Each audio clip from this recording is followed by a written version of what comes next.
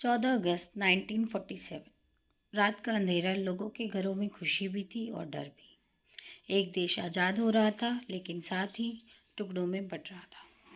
और इस historic moment के पीछे था एक powerful law, Indian independence act 1947। Radhe Radhe दोस्तों, मेरा नाम है अंजलि। आज हम सिर्फ एक एक्ट नहीं बल्कि एक हिस्टोरिकल टर्निंग पॉइंट की कहानी को समझेंगे। आते हैं इंट्रोडक्शन पे। ब्रिटिश पार्लियामेंट ने 18 जुलाई 1947 को एक लॉ पास किया। इस लॉ ने कहा 15 अगस्त से इंडिया और पाकिस्तान अलग अलग इंडिपेंडेंट डोमिनियन होंगे। यही एक्ट लीगली ब्रिटिश रूल को ख़त्म करता है। 200 साल की गुलामी सिर्फ एक डॉक्यूमेंट से ख़त्म हुई। बैकग्राउंड: ब्रिटिश ने अचानक डिसाइड नहीं किया था कि इंडियन को फ्रीडम देंगे। इसके पीछे सालों का प्रेशर था। Government of India act 1935 India को सेटिस्फाई नहीं कर पाया। वर्ल्ड वॉर सेकेंड ने ब्रिटेन को इकोनॉमिकली और पॉलिटिकली वीक कर दिया। 1942 में क्विट इंडिया मूवमेंट ने ब्रिटिश को क्लियर मैसेज दे दिया, लीव इंडिया। 1947 में कैबिनेट मिशन प्लान फेल हो गया। कम्युनल टेंशन बढ़ने लगी। फाइनली 3 जून 1947 माउंटबेटन प्लान अनाउंस हुआ। ब्रिटिश गवर्नमेंट समझ गई अगर अब पावर ट्रांसफ़र नहीं किया गया तो सिचुएशन सिविल वॉर में बदल सकती है। अब आते हैं सबसे इम्पोर्टेंट पार्ट पर, की प्रोविजंस पर। Partition of India. इंडिया दो पार्ट्स में डिवाइड हुआ, इंडिया और पाकिस्तान। पाकिस्तान के दो पार्ट्स थे, वेस्ट पाकिस्तान और ईस्ट पाकिस्तान। फ्रीडम के साथ सेपरेशन भी आया। To independence dominion. इंडिया और पाकिस्तान को डोमिनियन स्टेटस मिला, मतलब टेक्निकली ब्रिटिश क्राउन का सिंबॉलिक हेड रहना। हर डोमिनियन का अपना अपना गवर्नर जनरल। इंडिया में फर्स्ट गवर्नर जनरल बने Lord Mountbatten. End of British paramountcy.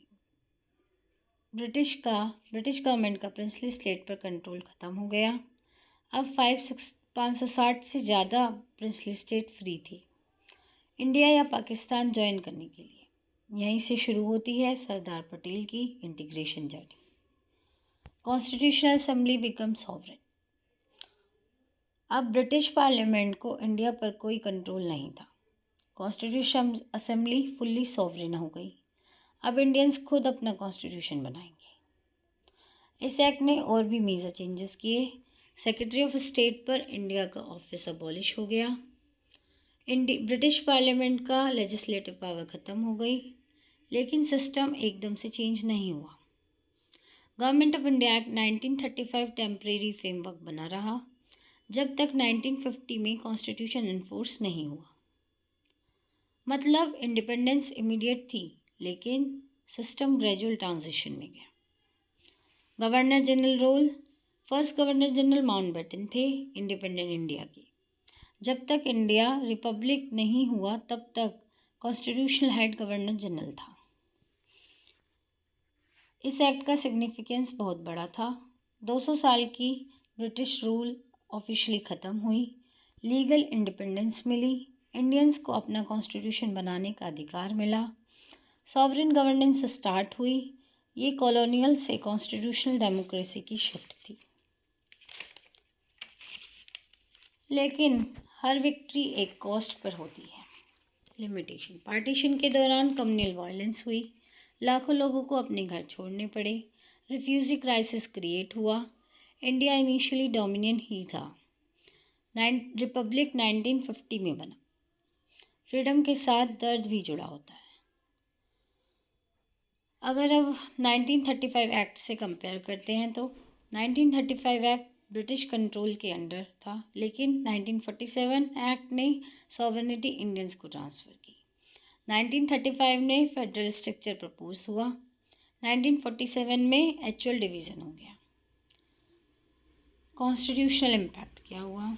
इस एक्ट के बाद कॉन्स्टिट्यूशनल असेंबली ने कॉन्स्टिट्यूशन ड्राफ्ट किया। 26 जनवरी 1950 इंडिया रिपब्लिक बन गया। अब पावर क्राउन से नहीं, लोगों से आती थी।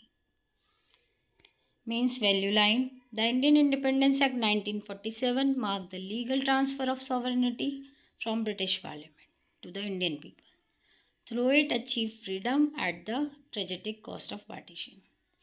अब ये इंडिपेंडेंस एक्ट जो है वो मार्क करता है लीगल ट्रांसफ़र को ऑफ सॉवरेनिटी किससे, ब्रिटिश पार्लियामेंट से इंडियन पीपल को। किस कॉस्ट पे हमने ये फ्रीडम अचीव की, पार्टीशन के कॉस्ट पे। अब आते हैं कंक्लूजन पे।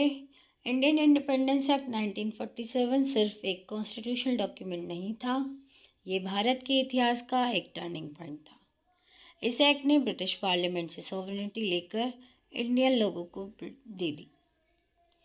लेकिन ये फ्रीडम एक सिंपल गिफ्ट नहीं थी, ये संघर्ष, बलिदान और पार्टीशन के दर्द के साथ आई थी। इसलिए ये एक्ट हमें दो चीज़ें याद दिलाता है, फ्रीडम और रिस्पॉन्सिबिलिटी। कृष्णाचार्य भगवद गीता में श्री कृष्ण कहते हैं, यदा यदा ही धर्मस्य ग्लानिर्भवति भारते, जब जब धर्म बढ़ता है तब तब धर्म की पुनर्स्थापना होती है। इंडिया की फ्रीडम भी एक ऐसा ही मूवमेंट था जहाँ अन्याय के बाद न्याय आया। अब हमारी जिम्मेदारी है कि फ्रीडम को यूनिटी, हार्मनी और रेस्पॉन्सिबल गवर्नेंस में बदलें। वीडियो को एंड करने से पहले प्रीलिम्स की कुछ क्विक फैक्ट्स देख लेते हैं। Indian independence act passed on 18 July 1947, come into effect on 15 August 1947, based on Mountbatten Plan, ended British paramountcy, 1935 Act continue as interim constitution। Indian independence act सिर्फ एक लॉ नहीं था, ये एक नेशन के जन्म का लीगल सर्टिफिकेट था। इस एक्ट ने एक देश को आज़ादी दी, लेकिन एक नेशन बनाना वो हमारी जिम्मेदारी थी और है। थैंक यू दोस्तों। आपको अगर मेरी वीडियो अच्छी लगी हो या तो आप मुझे कमेंट कर सकते हैं, लाइक कर सकते हैं। राधे राधे, जय श्री कृष्ण।